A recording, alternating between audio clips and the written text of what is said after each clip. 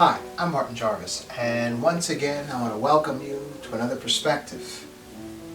Today we're going to talk about God,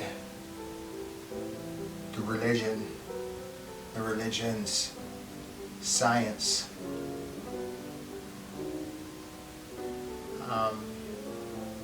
and what we have bought into and why,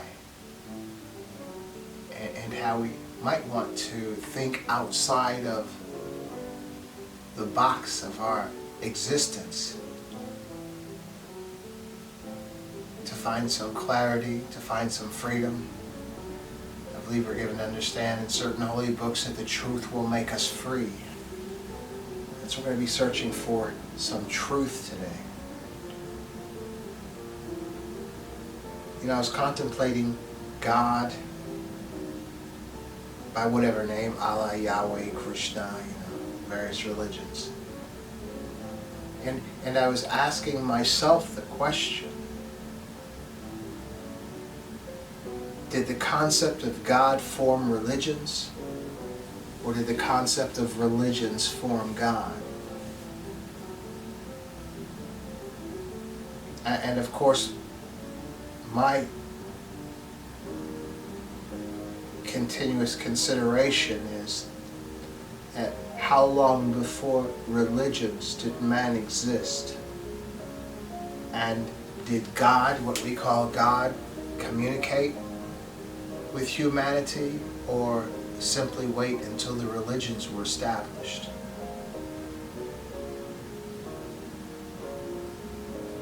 And so what I want to consider today is, does God exist? And when I say God exists, don't be afraid, because I am a minister. My consideration is God that the religions have defined. Does that God exist? Or is that simply the scope that our comprehension can conceive, and so that's where we end it? And so we're just taking things into consideration today. And what I might suggest is that, do we really have the capacity to comprehend that which we call God? Okay. Because for me personally, I believe there is an intelligent existence, because I've had an experience, a personal experience that I cannot deny. I can never be an atheist. But the question is, what is it that I've experienced? I mean, what is it that I've experienced? I think sometimes, like if I were a scientist and I had a Petri-dish, and I created life somehow in that Petri-dish by, introducing maybe a saltine cracker and some water and covering it for a time, and life would appear. And suppose that life would evolve. Would there be a point where that life that had no existence outside of me be able to comprehend me, my birthplace, where I came from, the attributes of me? Or if it came to a point where it realized there was a presence outside of its own existence, would I be God? Okay. To it. And so I'm really deeply considering this because we have to see that regardless of what our creation actually was or how it came into being, that we are all of the same source of that creation. And so as time evolved and as man evolved, 100 million years and so, these religions popped up. And I believe they popped up in a way to attempt to understand what was incomprehensible, to understand life to understand the stars, to understand the planets, to understand everything that in our experience. As we became a certain level of intellect, it was no longer good enough, like our animal, like our dogs or our cats, to simply survive. We needed to understand, okay? And what we couldn't understand, we simply assumed. And I think the assumption that there was God was like an invisible hand leading us to a place the best that we could comprehend. And that would be God. That would be Allah. That would be Krishna. That would be Yahweh. And so many others.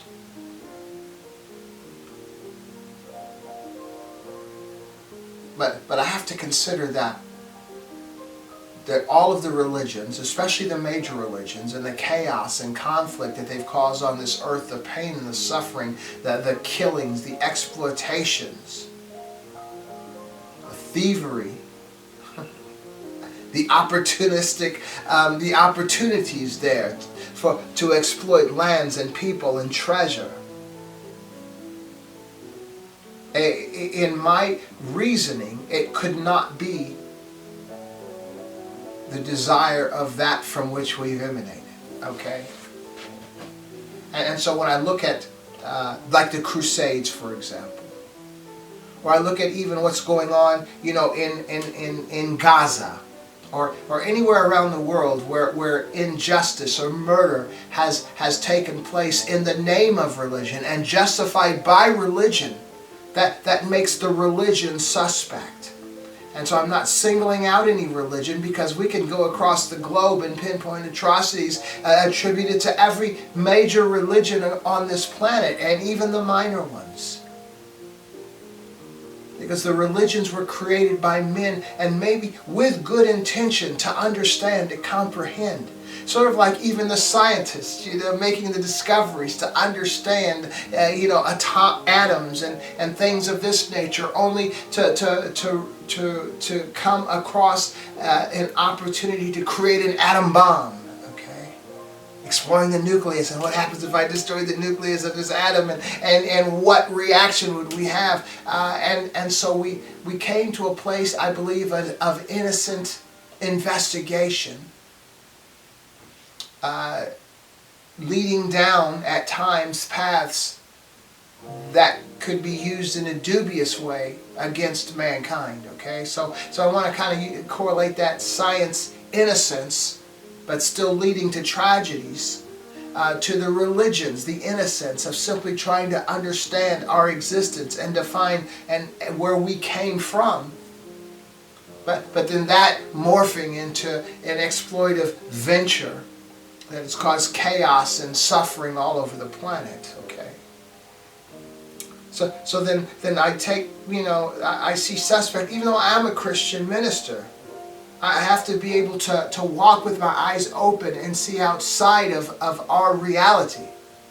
I came into this thing from an atheist at 28 years old, just having realized one night by myself that there was God, or there was an entity, there was something greater than me.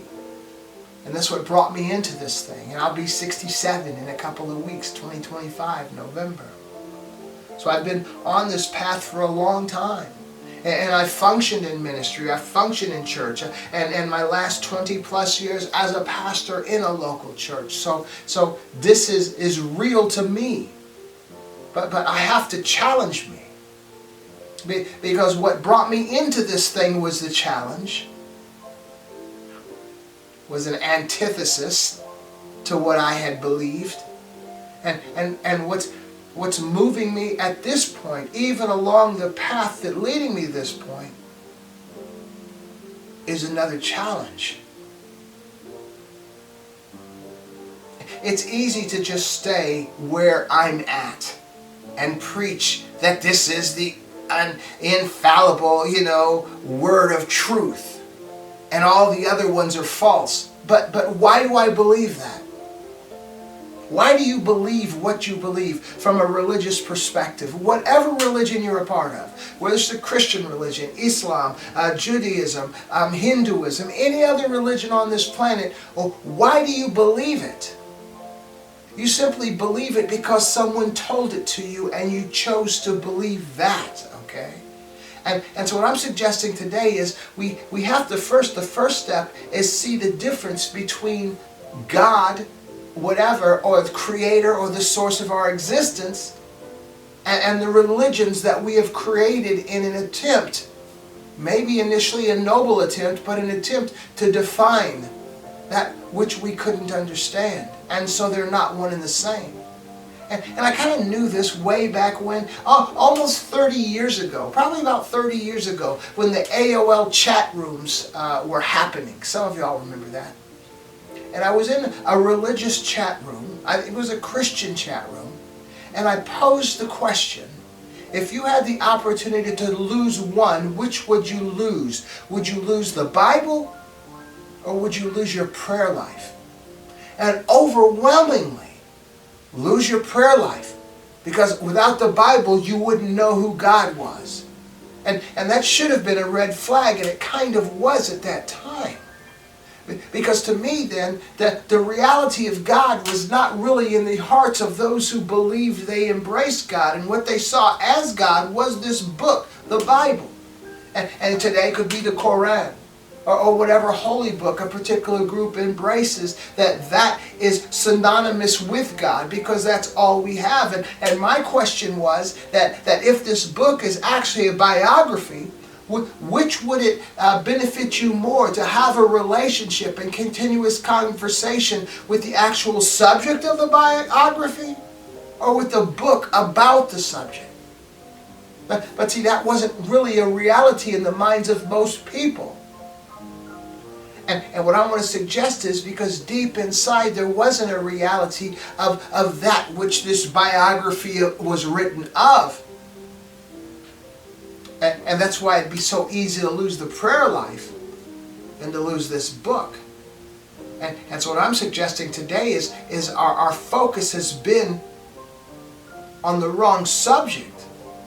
Our subject has been on the book, and to me the book represents the religions. But the religions aren't synonymous with the God we believed we were communing with, or we were to be communing with. And I'm saying that now as well. It's not the religion, and it's very difficult to embrace this or to say this, because the religions are so much a part of us. But that's part of what Mama told us, what Grandmama told us, what everything that we believe from the time we popped into this world. What depending on what nation we were in, what culture we were in, what group we were in. No, Allah is the only God, or God is only God. Yahweh is the only God. We've embraced this. And we know this simply because it's what we were ingrained to believe, and this is what we believe. But I'm saying we have to look outside of this. And like the scientists, it's difficult to define something that you can't see. But like the scientists, in that respect, then we have to look at the evidence of the things that we can see that correlate to this thing that we can't see. So when I look at the Crusades, when I look at what's going on, in Gaza with Israel, when I look at many of the atrocities done in the name of Allah, I look at the Christian religion all over this nation that are persecuting the poor and the infirmed and those fleeing oppression to this nation, how cruel we can be. That cannot be a result of the source of our creation moving or motivating us. I have kids. I couldn't sanction one of my kids hating the other. Yet we so easily buy into that this is the will of God, or this is the will of Allah, this is the will of Yahweh. I need to have this land, and these people are just in my way, so whatever, if I genocide them, it's okay. Native Americans, if I genocide them, okay. Africans, if I enslave them, it's okay. That can't be God. Because we all emanate from the same source, we're all related. But we have justified our atrocities in the names of our religions, which we have made synonymous with God by whatever name. I'm suggesting is that we have just gone so far down this rabbit hole, we haven't a clue. I was on the, this is kind of funny, I was on the internet the other day, and this guy was on there, and he was like, you know, older white guy, his profile picture, he was on a motorcycle, a Harley or something, but he looked clean, somewhat cut, you know, he just reliving some days, you know. And as it turned out, he was a Christian. And he was talking about Bad Bunny, the Super Bowl halftime show to date this program, that Bad Bunny was going to hell, you know. And I responded to him that, you know, when you look at historically the atrocities done by white people all over the world, you might be surprised who's going to be receiving that judgment. And he got mad and said something. And I said, look, who has dropped atomic bombs on people all over this planet? White folks? Because, you know, I'm dealing with this. I have white friends, but I'm dealing with this guy, with this mindset, this Christian, you know, that's justifying negativity, okay, against the person he should be loving according to his own Bible, right? And he said, well, you know, they attacked us first, talking about Japan. And I said, well, how many infants attacked us? How many children attacked us? How many women attacked us, you know? Then he got mad and told me I was talking garbage, and he put this crap sign up, you know what I mean, crap, right? With an image from on social media, and really began to cuss, and he was really vile to me. And I'm like, you're a Christian? You were just talking about his Lord and Savior Jesus Christ, and now he's so vile to me on here, and I'm just quoting history to this guy. And so what I'm suggesting is we've bought into this concept of religion, which we've sort of made synonymous with God, and believe that this is we're okay because I'm embracing the right thing. But the moment we're challenged, the real us comes out, recognizing there is no thing to what we have embraced. And I'm saying is that there is an entity. I believe that there is an intelligence. There is that which is the source of our existence. But what we have defined this source as is problematic. And it's demonstrated in the evidence of our lives and of our actions and of our inhumanities. Okay? Now for me, having come from being an atheist, and simply having a revelation, a personal revelation of the existence of what I termed as God, I believe there is an entity that exists, and I believe that entity is good. But I don't believe the religions that we have all created represent this entity. Now, the thing is, every single religion that we have created is going to claim that they're the ones who are properly identifying this entity. And even within the religions, the denominations and the sects within the religions, they're still pointing fingers at each other that you just don't understand and we understand. Well, how does any of them understand? They don't. And even in their holy books, if you look carefully, there are hints in the holy books that give us an understanding of peace, of love, of brotherhood, all of the goodness of humanity. But within these religions, as we have deviated from the source of our existence, we have melded even within the religions the negativities and the harshness and the inhumanities, and somehow correlated it to being okay with God for a particular purpose. That's the Crusades, right? That's what we see in Gaza right now. That what we've seen through the short history of the Americas. That's what we've seen with the exploitation of the indigenous people with sword in one hand and a Bible in the other. Come on now. We know that's true. And so what I'm just suggesting is that we just need to stop and look at the situation of the religions on this planet and recognize that there's something wrong. And so it's not discounting that which the religions get birth attempting to define. It's just that our definitions have morphed into something that is just simply not moral, not humane. And so although we try to define God through our religions, we've understood that there is something.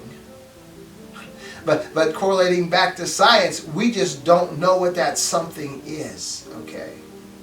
And so it's really simple for me then. As I walk this walk, it's like, well, we may not understand the source of our existence, just as if I had created in a Petri-dish life.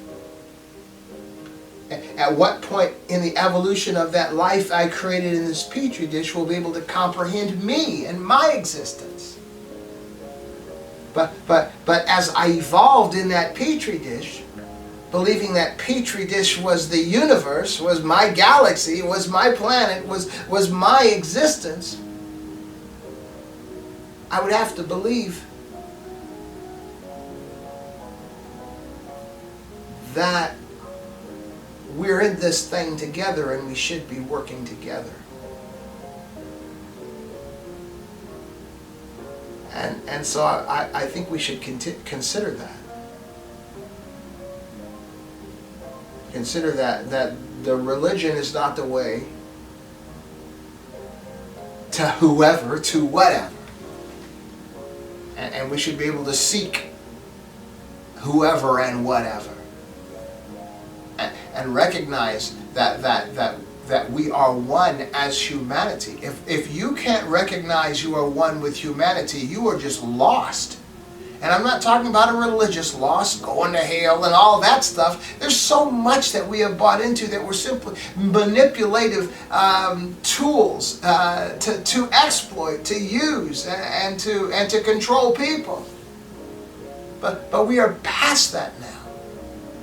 And we are seeing, we see evil people now, especially in politics, especially in business, using the religions that the more simple-minded folks have bought into, and using the religion to turn them against other people.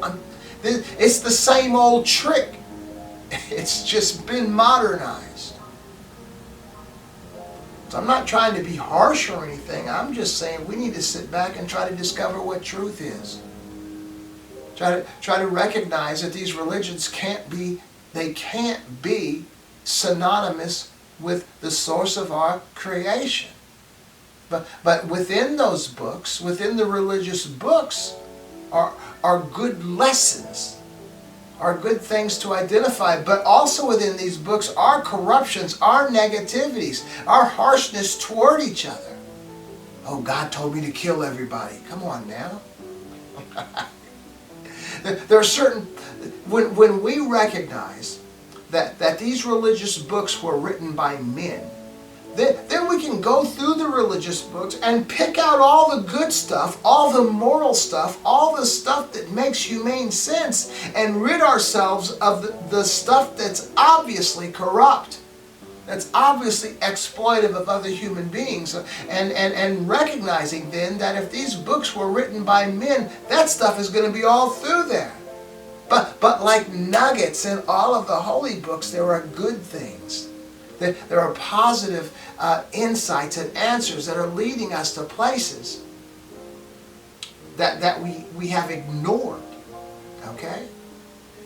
And so we could see where even in the Christian Bible, Jesus says to love God with all of your heart, that would be the source of your creation, and to love your neighbor as you love yourself, and that would be all human beings on this planet. We're given simple understanding that what has been demonstrated through the religions on this planet is not the heart of that which is the source of our creation.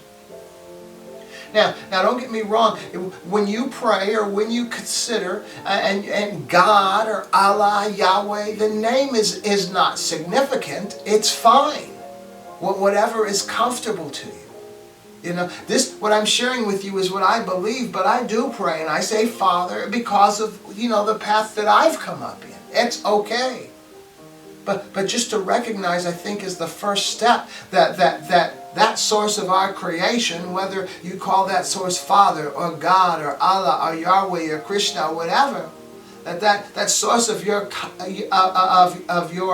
our Genesis is not synonymous with any religious book or any religion at all. And that will give us humility. None of us are good, none of us are great. We're just human beings trying to survive, yet we've affixed ourselves to what we call the perfect religion and has allowed it to justify our negativity and our inhumaneness to other human beings. And we've just been deceived by our mamas. No, they didn't know. Come on, but we should know. We should realize. And so we are functioning in this Petri dish, right? And we are the creation, and we have evolved so well, but not enough to recognize we're simply living in a Petri dish. And as funny as, as we understand that the universe is just ever expanding at an incredible rate, that everything is becoming far and far away from each other, the planets and all this stuff, to where the universe is expanding. And imagine if there are limited things within the universe and it's expanding, we're going to be getting farther and farther away from even our closest neighbors. And then I think, when I think about the universe expanding so quickly like that, I think of maybe some kind of, fungus or some kind of life, that we are aware of, that is just growing real fast, like a mold or something, and to that which might dwell within that mold, they're thinking, man, our universe is growing so quickly, I think in perspective, I think this is why our prayers, so I believe there is an entity, and I believe there is an entity that really cares about us, that loves us, and the entity is good, as we are the creation of that entity. And so I think as litmus tests for us, we must begin to recognize that we're not supposed to be doing evil, okay? Even in the biblical scripture, we're given to understand that whatever you sow, you're going to reap. Whatever you do is going to come back to you. So be good to all men and all. We can't take the hints, No, those guys aren't any good. We are always singling out segments of our population to persecute or to ostracize, to segregate from ourselves, in a sense to make ourselves feel better, because if they are bad, we are good, okay? But we can't do that, because that action itself makes us not good, okay? So we need to do the best we can and recognize, I think, first that what we call God isn't what we think God is, or Allah, or Yahweh, or Krishna. That the religion is not synonymous with that source of our creation, that we need to begin seeking the source of our creation. And that is in prayer, And it's so strange, because it's outside of our realm. If it's not God, then who are you praying to? If it's not Allah, who are you praying to 7 times a day? All this kind of stuff, man. But we have to find a way to begin to eliminate those things in our minds that don't really make sense. Okay?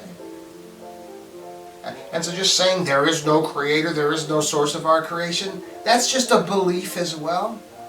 And which I can't embrace, because I've had an experience that I don't share very often, but I know within me there is an intelligence greater than me.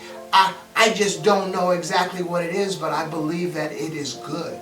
Okay? And so we even see a prevailing theme in all of our holy books, that there is a mandate or an adulation to mankind to be good to each other, to do right, to take care of those that are suffering. We can even see that in our laws, our laws that go across cultures, across lands, across history. Do not kill, do not steal, those type things. Those laws would have based on a morality that is inherent within us.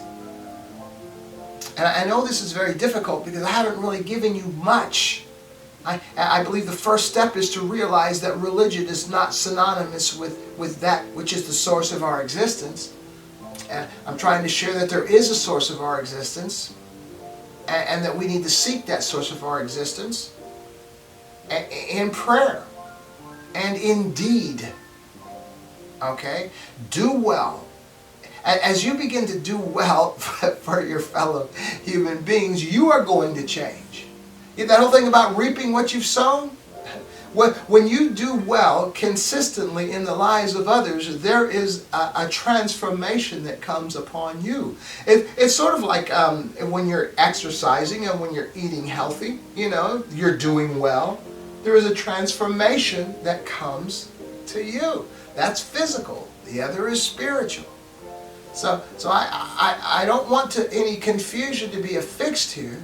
Just recognize initially, and we're going to continue this for about the next year, this series of programs. There is a difference between religion and the holy books and that which is the source of creation, of your existence.